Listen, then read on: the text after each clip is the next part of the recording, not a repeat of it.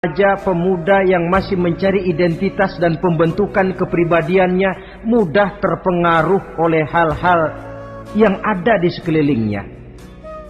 Sehingga sangat boleh jadi apa yang dianggap orang dulu tabu lalu dianggap biasa. Yang aneh-aneh malah dijadikan model.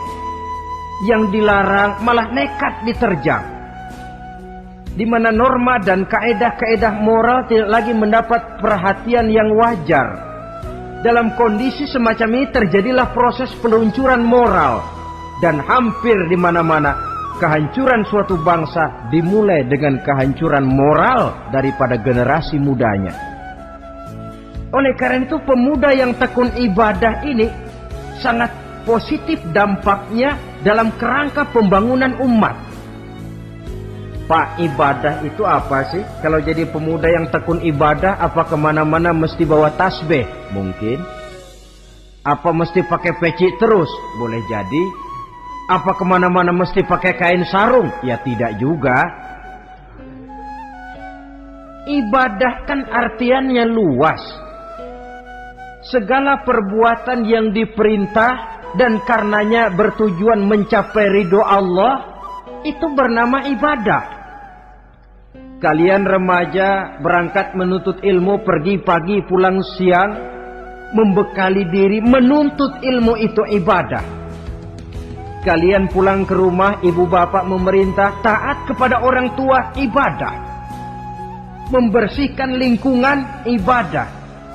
Bahkan jaga di waktu malam pun kalau untuk dengan niat bismillah, saya jaga malam ini untuk ketenangan rakyat supaya mereka tekun dan tenang melaksanakan ibadah, itu tercatat sebagai amal soleh yang bernilai ibadah.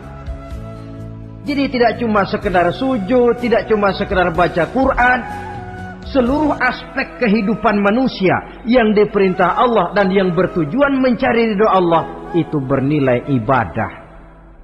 Pemuda yang tekun melaksanakan ibadah kepada Allah. Apalagi terutama adik-adik remaja yang hadir pada kesempatan ini, masa muda itu masa yang paling indah memang. Sampai orang Kulon bilang, there is not delightful memorize. Iya, barat itu kan Kulon. Saya lebih senang pakai orang Kulon saja. There is not delightful memorize and then the youth moment. Bahwa tidak ada masa yang lebih indah selain masa muda. Tapi masa muda yang katanya indah itu sebentar. Sebentar sekali. Kalau kita tidak pandai memanfaatkannya dengan sebaik-baiknya, boleh jadi dia akan hilang tanpa sesuatu yang ada artinya buat hari depan. Dan hari depan itu sebagian besar ditentukan oleh masa muda sekarang ini. Karena itu kepada yang muda saya berpesan, pergunakanlah masa muda itu dalam ketekunan beribadah kepada Allah. Ibadah dalam artian yang seluas-luasnya. Jangan seperti pepatah orang itu. Kelapa muda katanya kupas-kupasin, kelapa tua tinggal batoknya. Selagi muda puas-puasin, udah tua tinggal bongkoknya. Iyalah, kalau dipuas-puasin dalam arti yang positif, boleh. Mumpung masih muda, puas-puasin nuntut ilmu.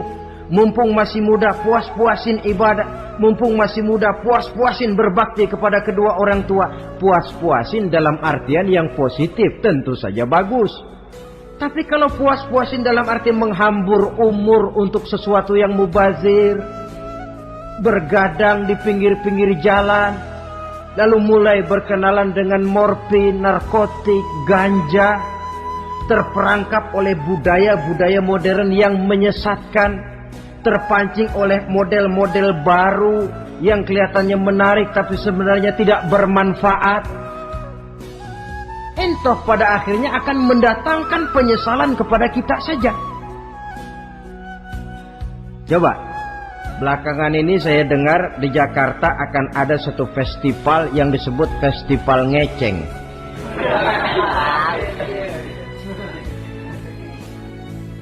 Ngeceng ini kalau bahasa gampangnya nampang.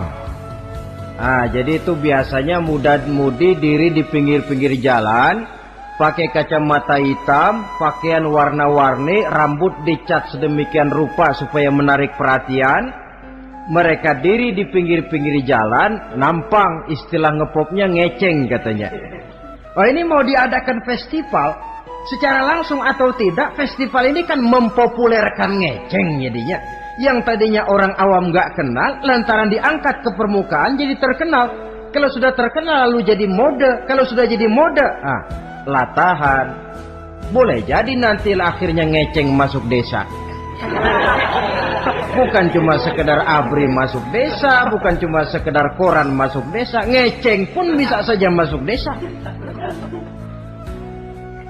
Banyak saluran-saluran positif yang sesuai dengan kreativitas jiwa remaja, ketimbang mengadakan sesuatu yang tidak ada manfaatnya, ketimbang menghabiskan umur untuk sesuatu urusan yang mubazir.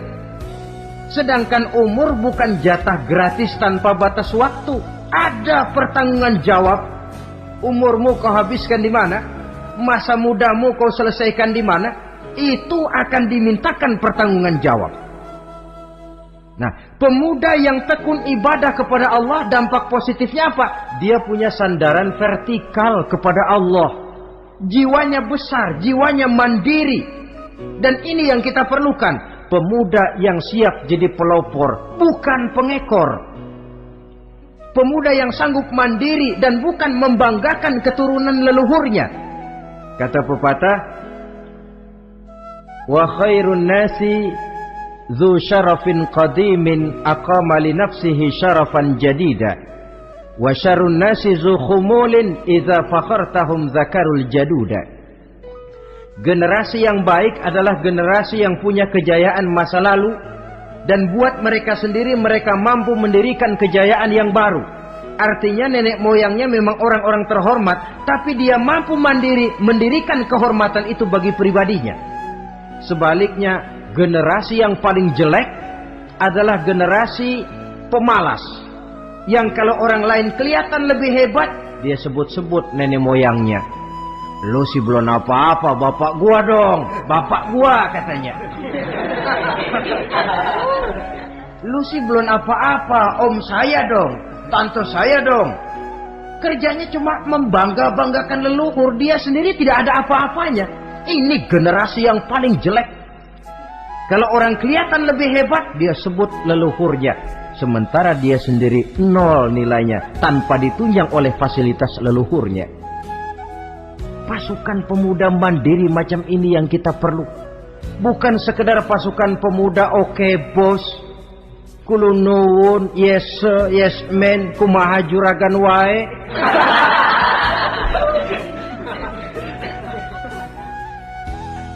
Dan terus terang kita miskin dengan pemuda yang mandiri, yang punya kepribadian, yang berani berkata ya terhadap yang benar dan berani berkata tidak terhadap yang tidak benar. Dari mana ini didapat? Sandaran vertikal dalam bentuk ibadah kepada Allah akan memantapkan jiwa, membersihkan hati, sehingga dia akan berfungsi seperti radar. Sandaran vertikalnya cuma kepada Allah. Inilah dampak positifnya. Karena itu, tentu saja kita berharap sekurang-kurangnya pemuda-pemudi yang hadir pada kesempatan ini menjadilah pemuda-pemudi yang tekun beribadah kepada Allah. Amin. Amin.